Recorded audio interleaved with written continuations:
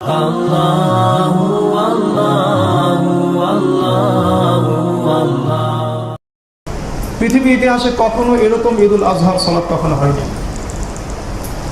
পৃথিবীর ইতিহাসে কখনো একসাথে পুরো বিশ্বের মসজিদগুলো কখনো বন্ধ হয়ে যায়নি। এই হিউম্যান হিস্ট্রিতে কখনো এমন হয়নি যে পৃথিবীর 99.99% মানুষকে সুদ খেতে হচ্ছে। পৃথিবীর ইতিহাসে কখনো এমন হয়নি।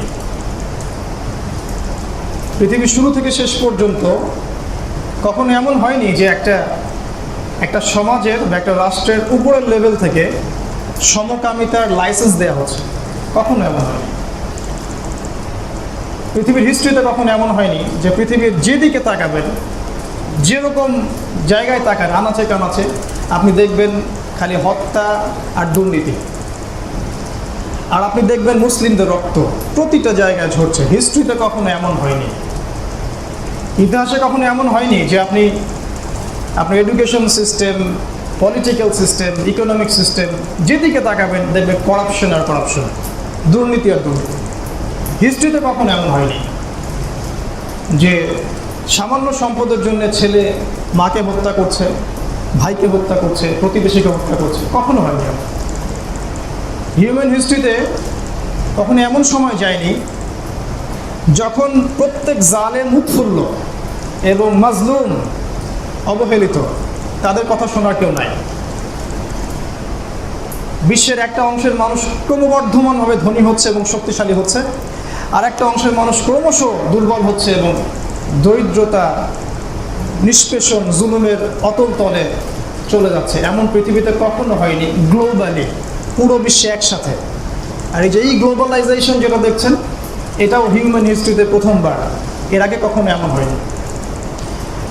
এমন অনেক ঘটনা আছে যেগুলো এই সময় আমরা বুঝতে পারছি, যেটা আজ থেকে 100 বছর আগে বোঝা সম্ভব ছিল না। বিগত 100 বছরে পৃথিবী এমন কিছু দেখেছে যেটা হিউম্যান হিস্ট্রিতে কখনো মানুষ দেখেনি। কিন্তু আমরা এই বিষয়গুলোতে মোটেও অবাক হইনি, কারণ আমরা যারা কোরআন এবং সুন্নাহ এর সাথে আখিরুজ্জামান বা শেষ জামানা নিয়ে পড়াশোনা করি, তারা মোটেও অবাক হয়নি। এটাতে তারা অবাক হচ্ছে যারা ইন্টারনালি ব্লাইন্ড, ভিতর থেকে যারা অন্ধ। আপনি যদি শুধু কোরআন এবং সুন্নাহ এটা লিটারাল অর্থটা পড়েন এবং শেষ জামানার যতগুলো বই আছে এবং হাদিসগুলো আছে এগুলো যদি একটু ঘাটাঘাটি করেন, আমার বিশ্বাস আপনার বাহ্যিক দৃষ্টির সাথে হৃদয়ের চোখটা খুলে যাবে ইনশাআল্লাহ। যদি এখানে একটা কথা না বললেই নয়, যদি আমি 15-20 বছর একটা এডুকেশন সিস্টেমে পড়াশোনা করি, হোক সেটা সেকুলার এডুকেশন সিস্টেম বা ইসলামিক এডুকেশন সিস্টেম, হোক সেটা সেকুলার এডুকেশন সিস্টেম বা ইসলামিক এডুকেশন সিস্টেম, 20-30 বছর পড়াশোনা করার পরেও যদি আমি বুঝতে না পারি যে আমরা এখন যে সময় বাস করছি এইটা শেষ জামানা, তাহলে কোনো একটা জায়গায় কিছু সমস্যা আছে। এই সমস্যাটার নাম হচ্ছে স্পিরিচুয়াল ব্লাইন্ডনেস বা আধ্যাত্মিক অন্ধত্ব। আজকে আমরা যারা 20-30 বছর অনার্স, মাস্টার্স, বিবি, এমবিএ, ডক্টরেট করছি, তারপরেও মনে করছি যে সামনে সোনালি সকাল আসবে, সব ঠিক হয়ে যাবে, পৃথিবীটা আবার আগের অবস্থায় চলে আসবে। এখনও অনেক সময় পড়ে আছে, হাজার হাজার বছর। তারা মূলত ইন্টারনালি ব্লাইন্ড। যে সিস্টেম আপনাকে ইন্টারনালি ব্লাইন্ড করে দেয় সেটা কখনো আদর্শ এডুকেশন সিস্টেম হতে পারে না। আপনার ভাবার দরকার আছে। ঠিক একইভাবে আমি স্কলারদের কথা বলবো, ইসলামিক স্কলার যারা আছেন, আমাদের উস্তাদ, আলিম ওলামা যারা দিন শেখাচ্ছেন, তারাও যদি 15-20 বছর মাদ্রাসা ব্যাকগ্রাউন্ডে পড়াশোনা করে গবেষণা করে এটা বুঝতে না পারেন যে আমরা এখন যে সময় বাস করছি সেটা ডিফারেন্ট, হিস্ট্রিতে কখনো এমন সময় যায়নি, এবং এর পরে পৃথিবী যে রূপগুলো দেখবে সেটা বিভীষিকাময়, যেটা কথা মানুষ কল্পনা করতে পারছে না, তাহলে সরি টু সে যে ইসলামিক লাইনে পড়ার পরেও আপনার ভিতরে অন্ধত্ব থেকে গেছে। এখন এই অন্ধত্ব দূর করতে হলে কি করতে হবে? আমি খুব সিম্পল একটা কথা বলছি, কোরআন সুন্নাহর সাথে সমসাময়িক বিশ্বকে মিলিয়ে নিতে হবে। দ্যাটস অল, এতটুকুই। এবং আখিরুজ্জামান সংক্রান্ত আয়াত এবং হাদিসগুলোকে গভীর গবেষণা করতে হবে। এটার আলোকে আপনি যখন বর্তমান সময়ের পড়াশোনা, education system, political system, global affairs, current affairs এবং সারা বিশ্বে এখন যা হচ্ছে এগুলোকে গবেষণা করবেন, আপনি নিশ্চিত বুঝতে পারবেন যে আপনি একটা ডিফারেন্ট সময়ে বসবাস করছেন। এই সময়টা হিস্ট্রিতে কখনো ছিল না। এখন আমার দ্বিতীয় পয়েন্ট হচ্ছে যে এই শেষ জামানায় কয়েকটা ক্যারেক্টার আছে যে ক্যারেক্টারগুলো সবচেয়ে ইম্পর্ট্যান্ট রোল প্লে করবে। তার মধ্যে একটা ক্যারেক্টার হচ্ছে ইমামুল মাহদি, যিনি মুসলিমদের পতাকা ধরবেন। আজকে আমি কোনো কিছু ডিটেলস বলবো না, শুধু টাচ করছি। আরেকটা ক্যারেক্টার আছে খুব ইম্পর্টেন্ট, সেটা হচ্ছে ঈসা আলাইহিস সালাম যখন তিনি ব্যাক করবেন। আর তার চেয়ে মোস্ট ইম্পর্টেন্ট ক্যারেক্টার আমাদের জন্য সেটা হচ্ছে মাসীহুদ দাজ্জাল, যাকে আপনি চিনতে ব্যর্থ হলে আপনি নিশ্চিত তাকে অনুসরণ করবেন। ওই যে আমি অন্ধত্বের কথা বললাম, পৃথিবীতে যারাই অন্ধ, শেষ জামানায় যারা অন্ধ থাকবে, প্রত্যেক অন্ধ ব্যক্তি দাজ্জালকে অনুসরণ করবে, ইচ্ছায় হোক বা অনিচ্ছায় হোক, কারণ সে নিজেও অন্ধ, দাজ্জাল নিজেও অন্ধ। শেষ জামানার অন্যতম ইম্পর্টেন্ট ক্যারেক্টার হচ্ছে ইয়াজুজ এবং মাজুজ। আমরা মনে করি এরা অনেক পরে আসবে। রাসূল সাল্লাল্লাহু আলাইহি ওয়াসাল্লাম হাদিসে বলে গেছেন, ঘুম থেকে তিনি ধরফর করে উঠছেন, উঠে তার স্ত্রীকে বলছেন যে আজকে ইয়াজুজ আর মাজুজের দেয়াল এই পরিমাণ ফুটো হয়ে গেছে। এটা রাসূল ওই জীবদ্দশায় বলে গেছে। এবং কোরআন আমাদেরকে বলছে তারা পৃথিবীর প্রত্যেকটা জায়গায় ছড়িয়ে পড়বে। ওয়াহুম মিন কুল্লি হাদাবিন ইয়ানসিলুন, এবং পৃথিবীর প্রতিটা আনাচে কানাচে ফাসাদ সৃষ্টি করবে। ফাসাদ, ওদের ফাংশন হচ্ছে ফাসাদ সৃষ্টি করা। এখন চিন্তা করবেন সারা বিশ্বে কারা ফাসাদ সৃষ্টি করছে, আপনি চিন্তা করবেন। আমি শুধু এতটুকু বলতে আসছি এখানে যে আপনারা চিন্তা করা শিখুন, দ্যাটস অল। এই ক্যারেক্টারগুলো শেষ জামানায় খুব ইম্পর্টেন্ট। আর তিনটা জাতি আছে যারা শেষ জামানায় সবচেয়ে ইম্পর্টেন্ট। একটা জাতি আমরা, উম্মতে মুহাম্মাদি, সবচেয়ে ইম্পর্টেন্ট রোল প্লে করবে শেষ জামানায় এই উম্মতে মুহাম্মাদি। আরেকটা জাতি হচ্ছে নাসারা, অর্থাৎ ঈসা আলাইহিস সালামের কওম। এরা দুই ভাগে বিভক্ত।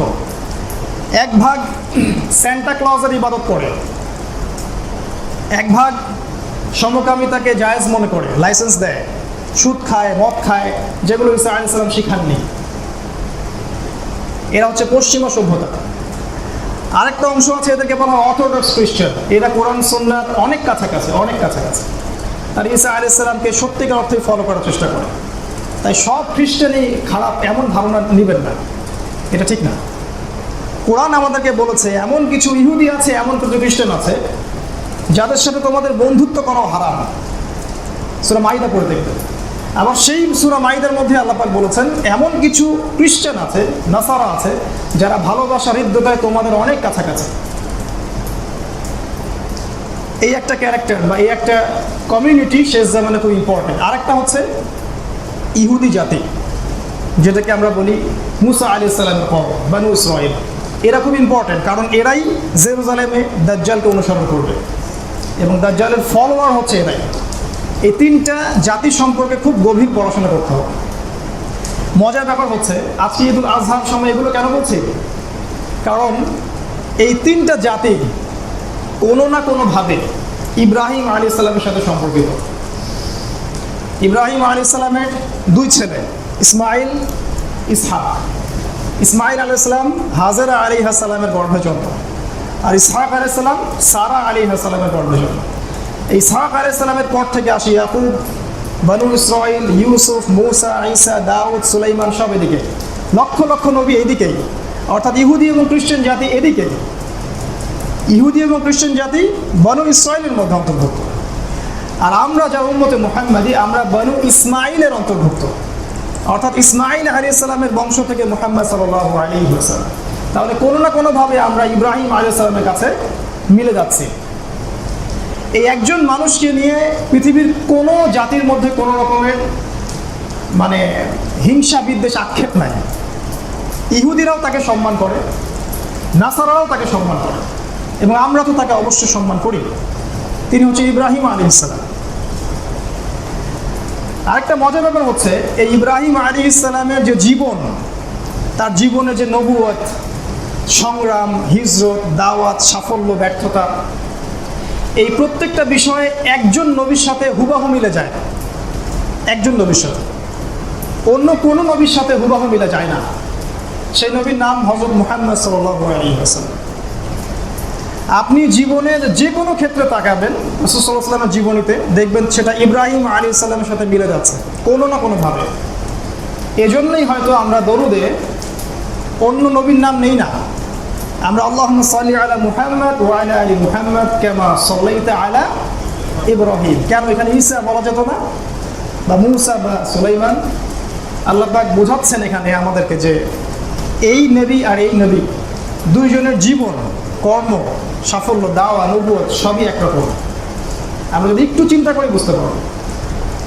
এই জন্যই হয়তো রাসূল সাল্লাল্লাহু আলাইহি ওয়াসাল্লাম বলেছিলেন যে আমি যখন মেরাজে গিয়েছিলাম আমি দেখেছি আমার চেহারা এবং ইব্রাহিম আলাইহিস সালামের চেহারা হুবহু একই রকম। এখন হয়তো আমরা কিছু বুঝতে পারছি, মেবি আপনি এখন ডটসগুলো মিলাতে পারছেন। কয়েকটা মিল বলছে। ইব্রাহিম আলাইহিস সালাম এবং মুহাম্মদ সাল্লাল্লাহু আলাইহি ওয়াসাল্লাম দুইজনই এমন সমাজে জন্ম নিয়েছিলেন যে সমাজটা ছিল মূর্তি পূজা, শিরকের সমাজ। মিলে যাচ্ছে না?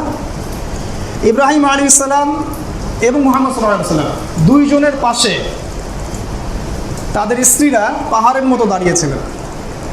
যখন কেউ তাদের কথা শুনতো না তখন সারা ইব্রাহিমের কথা শুনতেন, খাদিজা রাসূল সাল্লাল্লাহু আলাইহি ওয়াসাল্লামের কথা শুনতেন। দুইজনের জীবনেই পরিবার থেকে সবচেয়ে বড় বাধা এসেছিল। ইব্রাহিম আলাইহিস সালামকে তার বাবা বের করে দিলেন বাসা থেকে, শর্ট করে বলছি আপনারা করে নেবেন। ঠিক একইভাবে রাসূল সাল্লাল্লাহু আলাইহি ওয়াসাল্লামকে তার কওম, পরিবারের লোকরা, চাচা, রক্তের সম্পর্ক বের করে দিল। সামাজিক বাধা, ইব্রাহিম আলাইহিস সালামকে যেমন সমাজ থেকে বাধা দেওয়া হয়েছিল, দেখবেন হুবহু রাসূল সাল্লাল্লাহু আলাইহি ওয়াসাল্লামকে তার আপন সমাজ কওম থেকে শারীরিক, মানসিক, আর্থিক সব ধরনের নির্যাতন করা হয়েছে। ইব্রাহিম আলাইহিস সালামকে যেমন হিজরত করতে হয়েছে জন্মভূমি ছেড়ে, রাসূল সাল্লাল্লাহু আলাইহি ওয়াসাল্লামকেও সেরকম মক্কা থেকে মদিনায় যেতে হয়েছে জন্মভূমি ছেড়ে দিয়ে, তাওহীদকে হাতে নিয়ে। দুইজনই মূর্তি ভেঙেছেন। একজন মূর্তি ভেঙে বলেছিলেন, বড় মূর্তিটাই ভেঙেছে, সূরা আম্বিয়া পড়ে দেখবেন। আর রাসূল সাল্লাল্লাহু আলাইহি ওয়াসাল্লাম বীরের বেশে মূর্তি ভেঙেছেন। ওয়াকুল জাআল হক ওয়া যাকাল বাতিল ইন্নাল বাতিলা কানা যাহুকা, এটা বলতে বলতে মূর্তি ভেঙেছে। দুইজনই তাওহীদের সাথে কখনো শিরককে আপোষ করেননি, কখনো না। দুইজনকেই জীবনের গুরুত্বপূর্ণ মানে প্রিয় সম্পত্তিগুলো দিয়ে পরীক্ষা করা হয়েছে, নিজের জান, নিজের মাল, সন্তান, স্ত্রী। নবী ইব্রাহিম আলাইহিস সালামকে ধর্ম নেতাদের সাথে ফাইট করতে হয়েছে, ইব্রাহিম আলাইহিস সালামকেও ধর্ম নেতাদের সাথে ফাইট করতে হয়েছিল। সর্বোপরি ইব্রাহিম আলাইহিস সালামকে অনেক পরীক্ষা দিতে হয়েছে, পারিবারিক পরীক্ষা, সামাজিক পরীক্ষা, হিজরতের পরীক্ষা, শেষ পর্যন্ত অগ্নি পরীক্ষা। নমরুদ তাকে আগুনে ফেলে দিয়েছিল।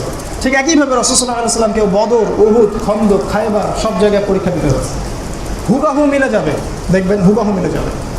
এখন এই জায়গায় শিক্ষাটা কি আমাদের আসে? এখানে একটা শিক্ষা আজকের দিনের জন্য, সেটা হলো একটা শিক্ষাই বলছি। ইব্রাহিম আলাইহিস সালামের এই জীবনের সবচেয়ে ইম্পর্টেন্ট এবং আবেগ ঘন পরীক্ষা ছিল তার ছেলের পরীক্ষাটা। যেটা আল্লাহ পাক সূরা সাফফাতে বলেছেন, আমাদের ওস্তাদ তেলাওয়াত করেছিলেন যে ওয়াকালা ইন্নী যাহিবুন ইলা রাব্বি সায়াহদিন। ইব্রাহিম বলছিলেন আমি চললাম আমার রবের দিকে, তিনি আমাকে পথ দেখাবেন। রব্বি হাবলি মিনাস সালিহিন, আমাকে একটা সুসন্তান দান করুন। এই দোয়াটা সবাই যেন করি ইনশাআল্লাহ। ফাবাশশারনাহু বিগুলামিন হালিম, আমি তাকে সহনশীল সন্তান দিলাম, সবরকারী। ফালাম্মা বালাগা মাআহু সা'য়া, যখন সে তার বাবার সাথে দৌড়াতে শিখলো, ক্বালা, তখন ইব্রাহিম বললেন, ইয়া বুনাই, হে আমার সন্তান, ইন্নী আরা ফিল মানামি আন্নী আযবাহুক, আমি স্বপ্নে দেখেছি আমি তোমাকে জবাই করছি। ফানজুর মাযা তারা, তোমার কি রায় আমাকে বলো। যেমন মা তেমন সন্তান, তিনি বলছেন যেমন বাবা তেমন সন্তান আমি বলিনি, কিন্তু আমি বলেছি যেমন মা তেমন সন্তান। কারণ ইসমাঈল আলাইহিস সালামকে মানুষ করেছেন তার মা, তার বাবা নয়। কোন মা?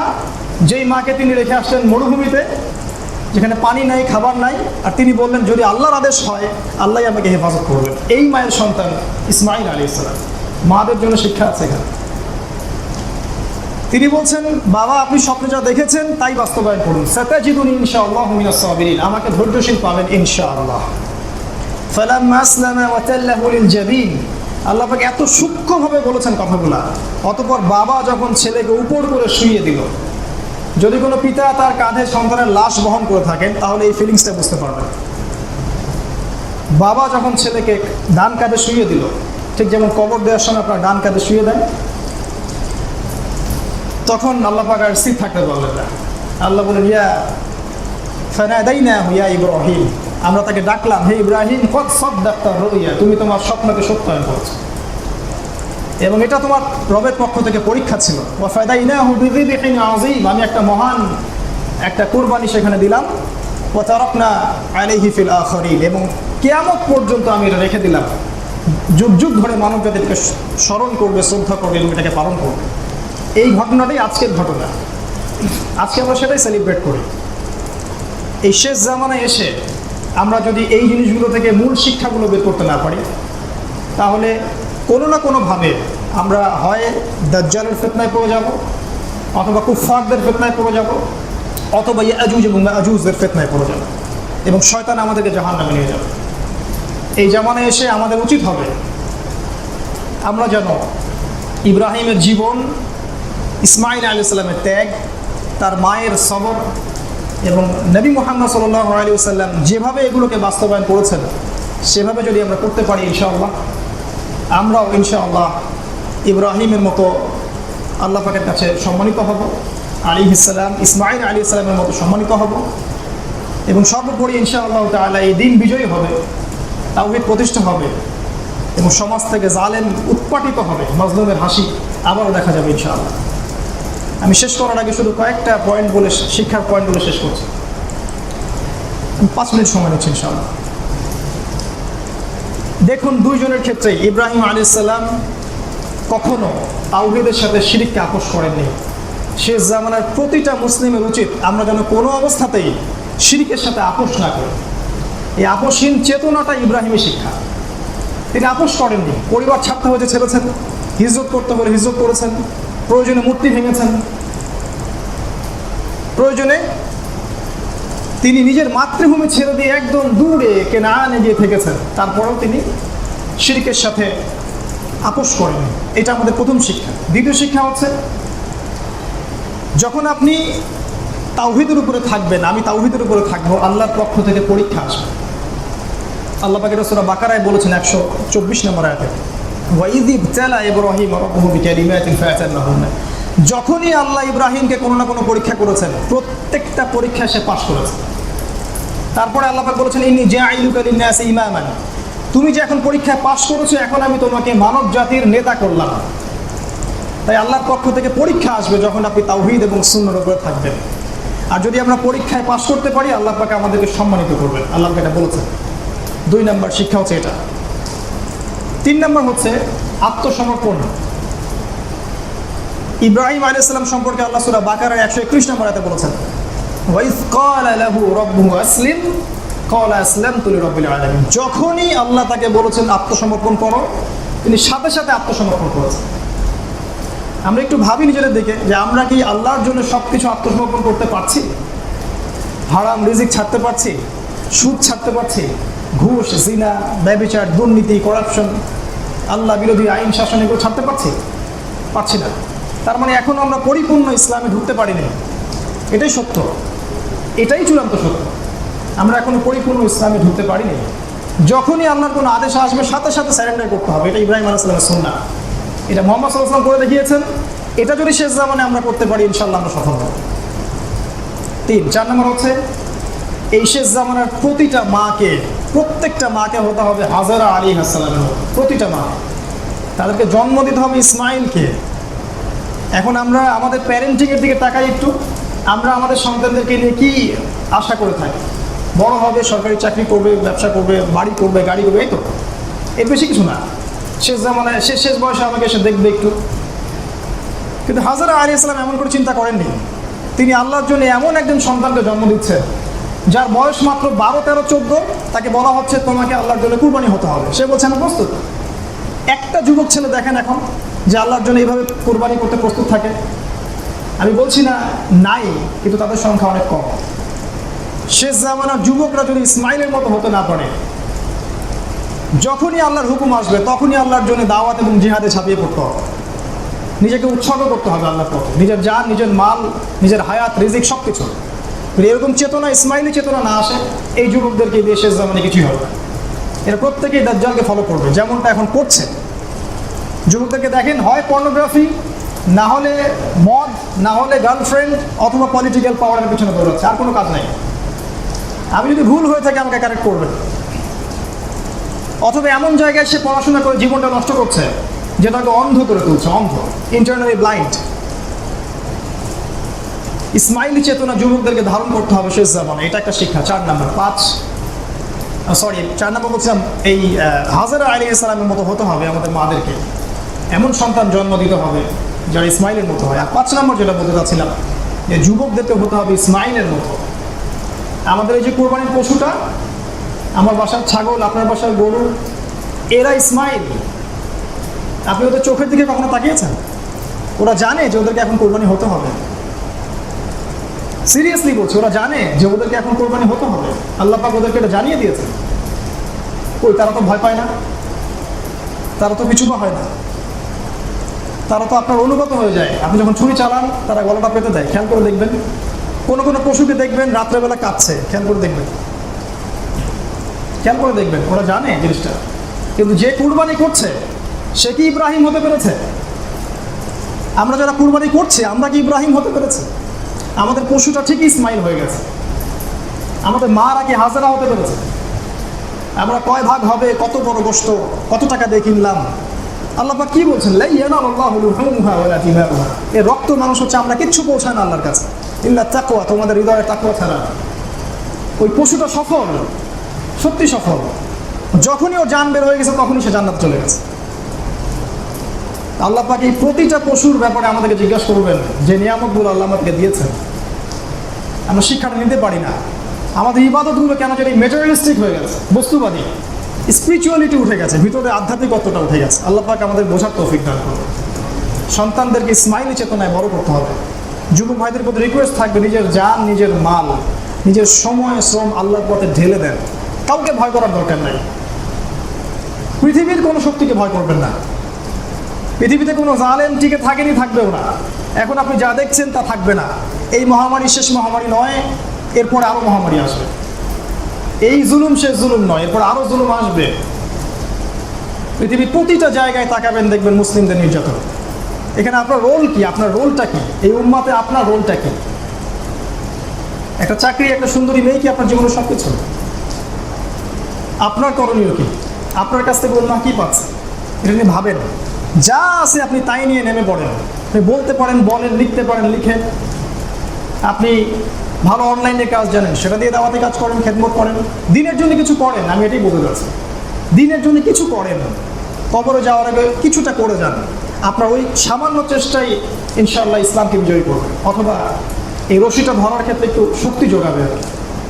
সামনেই যুবকদের বড় রেভলিউশন হবে এবং ইমামুল মাহদী তাদের নেতৃত্ব দিবেন। আপনি প্রস্তুত হয়েছেন কি? কোনো প্রস্তুতি আছে আপনার? কখনো কি ভাবেন এগুলো নিয়ে? আমি শুধু আপনাকে চিন্তা করতে, উদ্বুদ্ধ করতে আজকে এখানে এসেছি।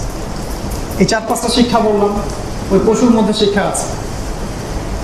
6 নম্বর একটা শিক্ষা বলছে হিজরত। যদি অনুকূল পরিবেশে দিন পালন করতে না পারেন, আপনাকে সব কিছু ছেড়ে এমন জায়গায় হিজরত করতে হবে যেটা আপনার অনুকূলে দিন পালনে সহায়ক হবে। এটা ইব্রাহিমের সুন্নাত, মুহাম্মদ সাল্লাল্লাহু আলাইহি ওয়াসাল্লামের সুন্নাত। আর এরকম জাহেলিয়াতের মধ্যে থেকে, এই গডলেস ওয়ার্ল্ডের মধ্যে থেকে, এরকম জালেম, ফাসেক, মুনাফিকদের আন্ডারে থেকে যদি আপনি মনে করেন যে আপনি কমফোর্টেবলি ইসলাম পালন করতে পারেন, তা আপনি বোকার স্বর্গে বাস করছেন। কখনোই তারা আপনাকে 100% ইসলাম ফলো করতে দিবে না। যখনই তারা জানবে আপনি 100% ইসলাম ফলো করার চেষ্টা করছেন, আপনাকে তারা একদম স্ল্যাশ দেবে, সে করে উপরে ফেলবে তারা আপনার। আর 7 নম্বর শিক্ষা হচ্ছে, লাস্ট শিক্ষাটা বলছে, সে জীবনে অনেক পরীক্ষা আসবে ইব্রাহিম আলাইহিস সালামের মতো। যখন আপনি তাওহীদের উপর থাকতে চাবেন, ইসলামের জন্য কিছু করতে চাবেন, কোনো অবস্থাতেই যেন পরাজিত না হই। আল্লাহ পাক যদি অগ্নি পরীক্ষাও দিতে হয়, তখন যেন ইব্রাহিমের মতো বলতে পারি যে হাসবুনাল্লাহু ওয়া নি'মাল ওয়াকিল। ইসলামের জন্য যদি আপনার জান মাল কেড়ে নেওয়া হয়, আপনাকে ডিস্ট্রয় করে দেওয়ার চেষ্টা করা হয়, ত্যাগ করতে হয়, হিজরত করতে হয়, ছাড়তে হয়, তাও যেন আপনি বলতে পারেন যে হাসবুনাল্লাহু ওয়া নি'মাল ওয়াকিল। এই চেতনাগুলোই আমাদের আজকের এই কুরবানি ঈদের শিক্ষা। আমরা খুব সংক্ষেপে কিছু কথা তুলে ধরার চেষ্টা করলাম। আমরা আল্লাহর কাছে দোয়া করছি, আল্লাহ পাক যেন আমাদের প্রত্যেককে কথাগুলো একটু বোঝার তৌফিক দান করেন, আমাদের হৃদয়ের চোখটা আল্লাহ পাক খুলে দেন, এবং সবাই যেন একটু স্টাডি করি, পড়াশোনা করি। অ্যাটলিস্ট এই 3-4 দিন বন্ধে ইব্রাহিমের জীবনটা পড়ে নেই আলাইহিস সালাম, রাসূল সাল্লাল্লাহু আলাইহি ওয়াসাল্লামের সিরাতটা পড়ে নেই, দেখবেন আপনি নিজে অনেক কিছু বুঝতে পারছেন। কতটুকু করতে পারবো জানি না, কিন্তু আমরা অ্যাটলিস্ট বুঝে যদি নিজেরা পরিবর্তন হতে পারি, আমাদের পরিবারটুকুকে পরিবর্তন করতে পারি এবং সবর করি, প্রয়োজনে আমরা যেন আল্লাহর পথে হিজরত করতে পারি বা অনুকূল কমিউনিটি গড়ে তুলতে পারি, এটাই আল্লাহর কাছে অনেক হবে ইনশাআল্লাহ। আল্লাহ পাক কতটুকু করতে পারছি এটা দেখবেন না, আমরা কতটুকু চেষ্টা করছি এটাই আল্লাহ পাক দেখবেন। আমরা দোয়া করছি আল্লাহর কাছে শেষে গিয়ে, ঠিক ইব্রাহিমের ভাষায় আমরা দোয়া করছি আলাইহিস সালাম। তিনি যেমন বলেছিলেন, রব্বি হাবলি মিনাস সালিহিন, হে আল্লাহ আপনি আমাদের প্রত্যেকের ঘরে ঘরে সুসন্তান দান করুন, ইসমাঈল আলাইহিস সালামের মতো সন্তান দান করুন। হে আল্লাহ আপনি আমাদের প্রত্যেকের ঘরে হাজারা আলাইহিস সালামের মতো সতীসাধী সবরকারিণী স্ত্রী দান করুন। আল্লাহ পাক আমাদের প্রত্যেক মা বোনকে সারা আলাইহিস সালামের মতো কবুল করে নিন। আল্লাহ সুবহানাহু ওয়া তাআলা আমাদের প্রত্যেক পিতাকে ইব্রাহিম আলাইহিস সালামের মতো দৃঢ়চিত্তের পিতা হওয়ার তৌফিক দান করুন। আল্লাহ সুবহানাহু ওয়া তাআলা আমাদেরকে তাওহীদের সাথে শিরককে যেন আমরা আপোষ না করি, এই মানসিকতা জন্ম দেওয়ার তৌফিক দান করুন। আল্লাহর পথে আমাদের জান মাল সময় শ্রমকে বিলিয়ে দেওয়ার তৌফিক দান করুন। আল্লাহ সুবহানাহু ওয়া তাআলা আমাদের নেক আমলগুলোকে কবুল করে নিন এবং এই বৈশ্বিক ক্রান্তি লগ্নের এই যাবতীয় দৃশ্য অদৃশ্যের ক্ষতি থেকে আল্লাহ পাক আমাদেরকে হেফাজত করুন, আমাদেরকে সুস্থ রাখুন, নিরাপত্তা দান করুন এবং কুরবানির এই মহান শিক্ষায় আমাদেরকে উজ্জীবিত হওয়ার তৌফিক দান করুন। রব্বানা তাকাব্বাল মিন্না ইন্নাকা আনতাস সামিউল আলিম ওয়া তুব আলাইনা ইন্নাকা আনতাত তাওয়াবুর রহিম। ربنا واجعلنا مسلمين لك ومن ذريتنا أمة مسلمة لك وأرنا مناسكنا وتب علينا إنك أنت التواب الرحيم. رب اجعلني مقيم الصلاة رب اجعلنا مقيم الصلاة ومن ذريتنا إنك ربنا إنك تقبل دعاء. ربنا اغفر لي ولوالدي وللمؤمنين يوم يقوم الحساب. اللهم آتنا في الدنيا حسنة وفي الآخرة حسنة وقنا عذاب النار. اللهم ابسط علينا من بركتك فضلك رزقك نعمتك ومغفرتك.